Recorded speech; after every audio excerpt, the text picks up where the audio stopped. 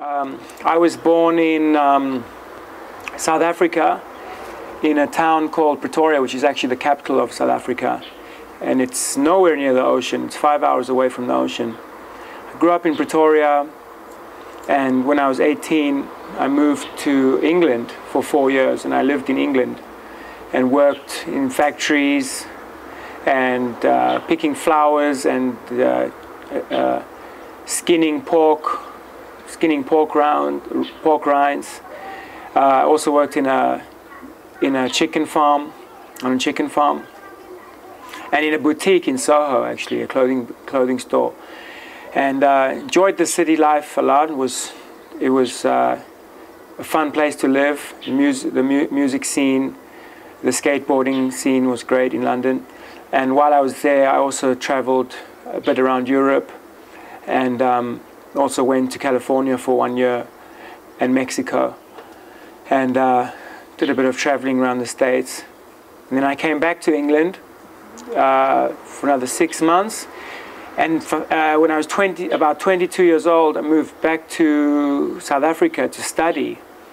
And I studied in a place called Durban, which is on the East Coast. There are many similarities with Taitung, actually. It's got good surfing. There are great natural places within an hour's drive of the city. And it's got a warm climate, similar to Taitung's climate. So I did a BCom in Durban, actually. And I did the BCom not because I really am interested in economics, but because of the economic reality of the country, especially at that time, where, and even now, it's not easy to find work. As a side, I did do a bit of film, a course in film, actually, which I enjoyed more than my economics course.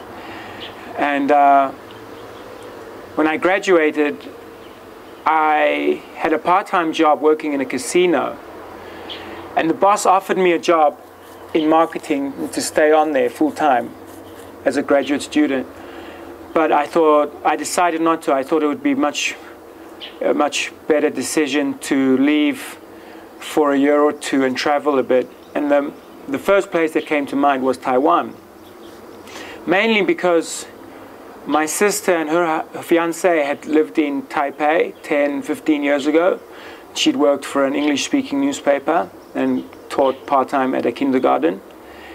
And when she came back to South Africa, she told me a lot of stories about Taiwan, and it sounded like quite an interesting place. So I thought, let's give it a try. So I left a few months after graduating and arrived in Taipei. To be honest, I was very shocked by the industriousness of the North and the West. And I thought, oh my God, I mean, is Taiwan completely surrounded by concrete, you know, other than the mountains?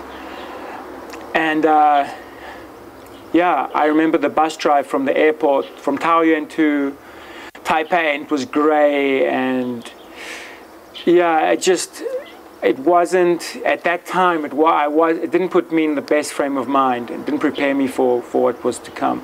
Because I later on did discover that there were many beautiful places in Taiwan. And my trip actually started in Tainan. I caught a bus to Tainan, where I had a friend of a friend who'd been teaching English in Tainan.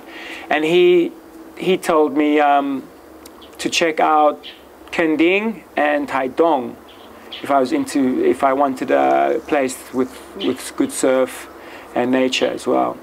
So, and he had an old 50cc scooter that he said I could have. And I was a bit shocked. I was like, why do you want to give me your scooter? He said, nobody wants it. He left it outside a 7-Eleven and no one wanted to take it with the key in the ignition.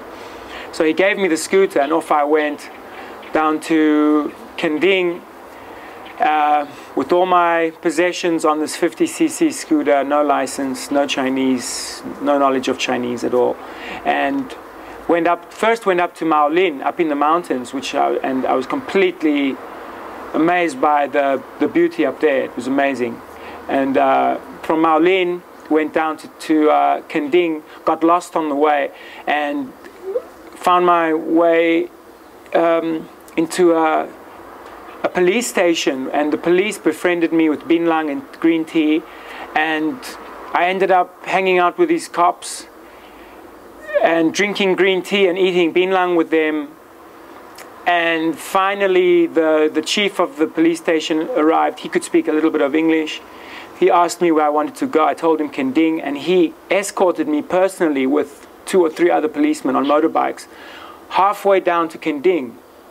And it was about a 2-hour drive, and these guys escorted me all the way through the rural areas around Tainan and Kaohsiung. And finally, I arrived in Kending, and I remember coming over the road. As you come over the road, and you leave the west coast, and you come over the hill, and the hill drops down into Nanwan. And I remember just going, oh my God, where am I? Am I still in Taiwan? It could have been Thailand or Philippines or something. It was really beautiful, and blue, clean water as well. And I fell in love with Kending, but there was no way to work. So I thought, I realistically knew that I had to move on and look for work somewhere else.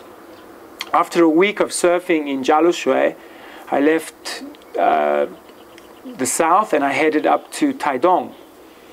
And on the way, I befriended some monks who befriended me thinking I was a really lost foreigner. And they invited me to the monastery in Zhiben.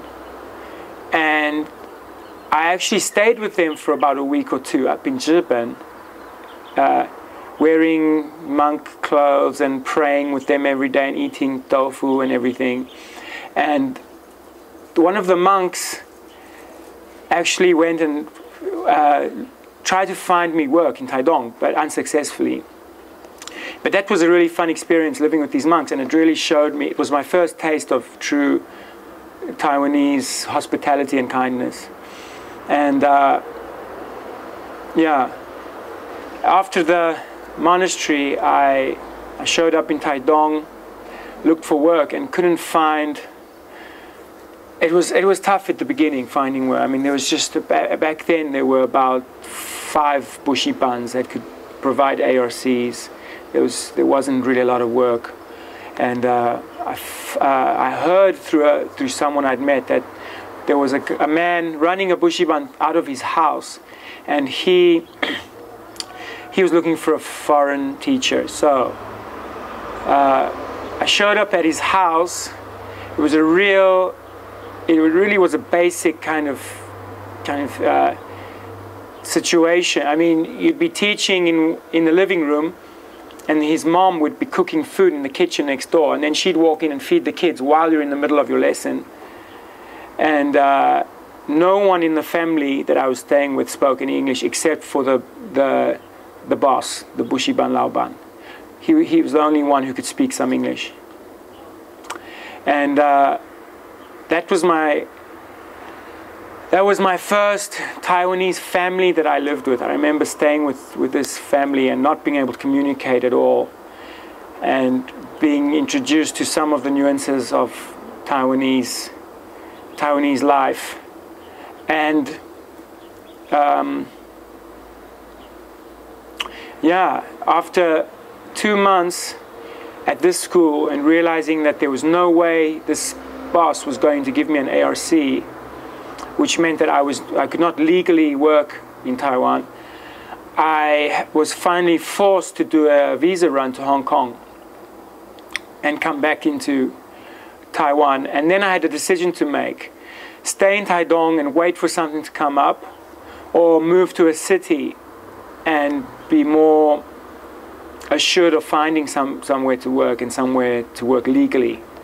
So finally, something did come up. We heard of something up in Ilan, and a friend of mine, myself, packed our bags, both on our 50cc motorbike, and we rode all the way up the East Coast from Taitung up to Ilan. It took us 12 hours.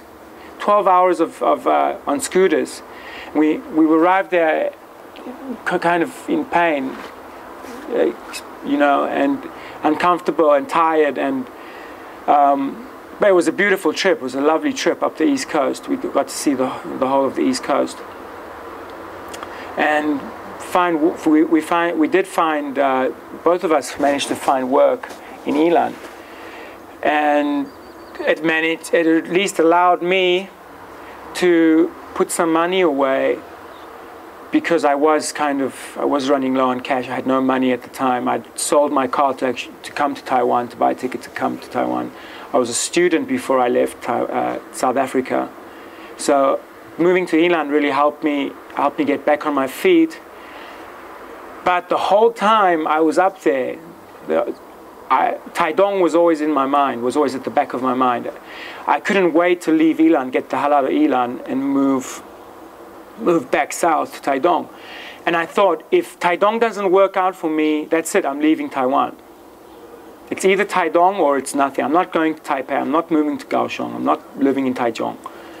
It's Taidong or nothing. So every